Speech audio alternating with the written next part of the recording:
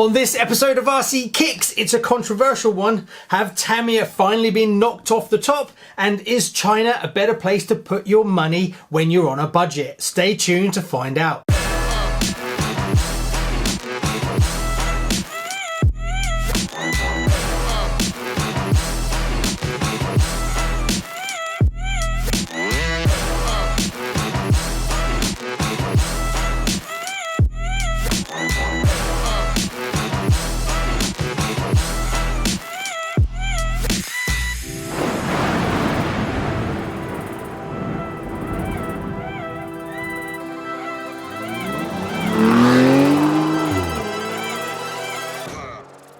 Hi and welcome to RCKicks. On today's show, it's a controversial one and it may trigger a few of you, and that's exactly what I want. So comment below after you've watched this video. I want to hear your thoughts and your feelings about this.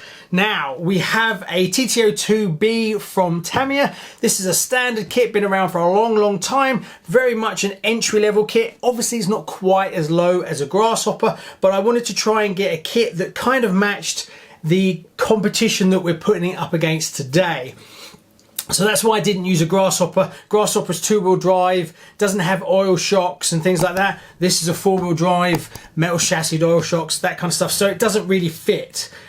So I tried to pick the closest to it, and that was this. Now, the one that I've got today is the Plasma Edge one. Now, this is kind of an entry-level kit for Tamiya, as I'm sure you all know. This has a fully painted body, so you don't have to do that side of it.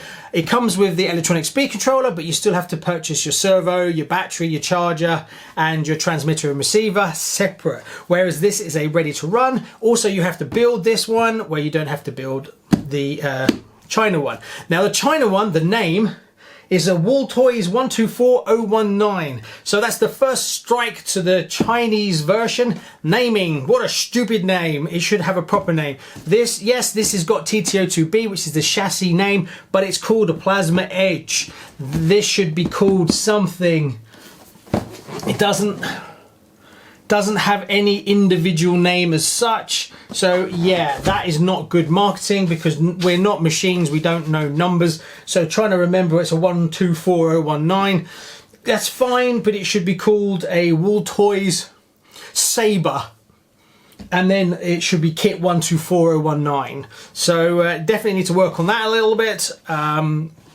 Doesn't sound like a lot, but I think people then relate to cars more if they have a proper name. So this is a kit that you have to build, and this is a ready to run. So from that point of view, there's a plus and a minus. Some people really enjoy the build process. Me personally, I do. And you get to know your car and you get to understand it, and then if you break it, you can actually repair it because you built it in the first place. But some people see that as a negative and they prefer a ready to run. If anything, we're moving more towards ready to run. So there's that. So I can't really give that a win, really. It's personal choice. Some people will like one, some people will like the other. Me personally, I would rather build my kit, but the general population, I think, are leaning more towards the ready to run. So it's a bit of a shame, but there we go. In the Wltoys kit, you get everything. You get a battery, a 2S Lipo battery. The transmitter receiver is in there as well. You get a USB charger. So everything you need to get going. Whereas when you buy the TTO2B, you have to then source yourself a servo, a transmitter receiver, and things like that. So I put some prices together. So the Plasma Edge 2 kit 58630, that is £124 is what I can find. Obviously you might get slightly better deal or slightly worse deal depending on your country, availability and things like that. So that's the kit itself. Then you need a budget transmitter receiver. So I looked up a standard kit that you could get where you get everything together, and there's a Core RC 2.4 gig trans receiver. Is £28. Now there's some that are slightly cheaper and some that are slightly more expensive depending on what you're going to get. Then you need a servo, average standard servo for a kit like this, £8 9. Then you need a charger. Now the cheapest sort of chargers you can get is like a what have we got? Fusion NX84 charger, which is £9.49. Then you need a battery. So a 7.2 volt 2200 milliamp is coming in at £12.79. Obviously that's not LiPo, that's an iMAX. Then you're looking at a total of £185.36. So that's kind of our target, 185 to get this running. Now, if you want to add a few other bits, like you need some batteries. Batteries are £2 for AA batteries for the transmitter receiver. Obviously, you'll need that on this kit as well. Then, if you get a kit that doesn't need painting, then obviously you don't have to buy the paint. But if you get one where you have to paint the body, you've got to add another £5 to £6 on top of that as well. If you want to get a fast charger for your kit, you're looking at spending more, £18.99 instead of £9.47. So you're then going up to £197 for a kit with one battery to get you up and going. It's quite a lot. So you're almost at the £200 mark, and this is supposed to be a reasonably entry-level kit. So let's have a look at the 124019. So this is what you get in the box. You get the car itself, it's fully painted up. You get a transmitter, you also get a USB charger, and you get a little tool. Now, from a looks point of view, I'm very sold on it. So much so that I was thinking about buying one of these myself with my own money until I was offered this tester. And I was really chuffed. So from just looking at it, I like it. I love what they did with the colours. I think it's very pretty. I think what they did with the aluminium shocks and the wheels, I think it's a looker. It's obviously a more modern sort of body design, long wheelbase, but from a looks point of view, can't fault it. Now, if you look at something like the Plasma Edge, I don't think there's that much in it, to be fair. I think it's personal choice. I don't think there's one that just stands out massively from the other. So when you look at it like that, we are now at £200 and we're now at £107. There's a big difference between owning one of these and owning one of these. So it starts to muddy the water a little bit. But then let's look at what you get in this versus that car. Now, the Tamiya car is a totally plastic kit. You even had to buy the bearings on top. This has metal uprights, metal shocks, adjustable turnbuckles, metal chassis. Let's take the body off. 550 motor, which is a bigger motor than what you get in this kit. So yeah, you also get some metal steering arms. So it's metal end pins. So yeah, it starts to look quite difficult to justify the Plasma Edge. Don't get me wrong, I am a massive Tamiya fan, as you can tell. But when you start looking at the numbers, but then you can go, okay, part availability. If I get my Tamiya Plasma Edge, I can get parts very easily. This is very true. But I went online and I looked at the parts for this, and you can get pretty much everything you want. Now, I can't say that in a year's time, that might not change. So that's something you've got to think of from a variable point of view. Right now, I can buy every single part I want for this and I can repair it. Now, obviously, you've got the issue where the part has to come from China to come over. So there's a bit of a lead time on parts. So you have to take that. But the Tamiya are having the same issue. Some parts are really difficult to get in the UK. Obviously, this might be different depending on your country, but Tamiya is not immune to the same problem. You have to wait for parts to arrive. A classic example is I have a part here that goes on a Avanti. To replace this part from an Avanti kit, 3 months. And the Avanti kit was reissued 6 months ago. So Tamiya is suffering from the same problem. So parts available, obviously being a TT02, it's been around a lot longer. There is a lot more parts in circulation. So I kind of give that one to Tamiya. But it's not a landslide for them versus what you're getting from Wltoys. But there's another thing there. That, okay, well, we spent nearly £200 on this one. What about if I spend that money on this that I have left over? That's where it really starts to change the game. So you can get a full metal upgrade parts for this as a pack for £40, and that includes lower arms in metal, uprights in metal front and rear, pinion and spur in metal, hexes in metal, turnbuckles in metal with end joints, and you get a full steering set in metal for £40. So now you're at £149, and you have really sprinkled a lot of metal on this, including the metal chassis. So how does that then stack up against the Plasma Edge, where you've got full metal arms, metal uprights, metal chassis, you've got universal joints, you lose your dog bones, better steering, and you're still only at £149. You're still 50 odd pound, 50, 55 pound under the Plasma Edge. But then you can even spend more money because there's other upgrades available. You could get yourself a Lipo Charger, like this one, to charge your batteries really quickly. And these come in at, where's my price on this? £20. So you're now at £170 for a fully upgraded car with a rapid charger with 2 batteries.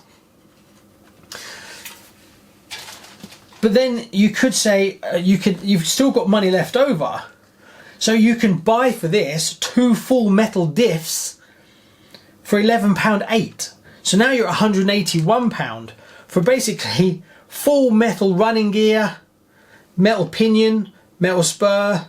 You already get a metal drive shaft, prop shaft, metal diffs, universal what do you call them? UDSs. Universal drive shafts, metal uprights, metal hexes, and you're still at 181, so you've still got like 20 odd quid left over. Anyway, what I'm going to do now is I'm going to throw the battery in it and we'll take it out for a bit of a spin. Now it's snowing in the UK, but I think there might be enough traction that I can at least drive it a little bit, because I haven't even driven this yet, so I want to give it a go. But looking at the reviews online, it gets some really good reviews, and I have to say the shocks straight out of the box are really nice. Quality of kit, I would say the plastics are not quite the same as the Tamiya, but there's not much in it, to be fair. The arms look pretty good. I think it's more the hardware. I think it's more to do with the bolts and screws and nuts and things like that, even though there's not much in it. So if I was in Tamiya shoes, I'd be really concerned, because you're getting so much bang for buck with these versus this. Anyway, let's take it outside, blast it around a little bit, and then we'll be right back.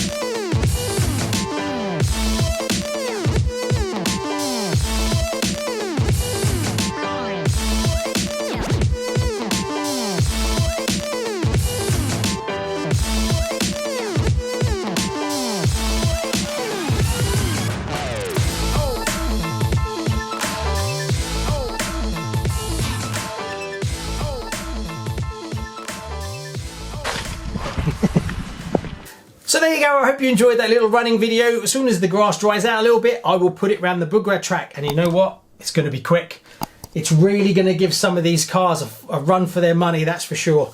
Yeah, lovely, lively. They've got the power level perfect for the size of the car. It's loads of power on a 112.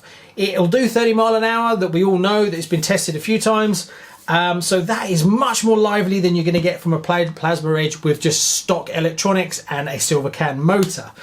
It drives brilliantly, straight out the box. The only thing that I've changed is I trued up the wheels. One of the wheels was a little bit sticking out a little bit, so I trued them up a bit. But when you build the Plasma Edge, you have to do that anyway. So I don't see that as a real negative from a building point of view.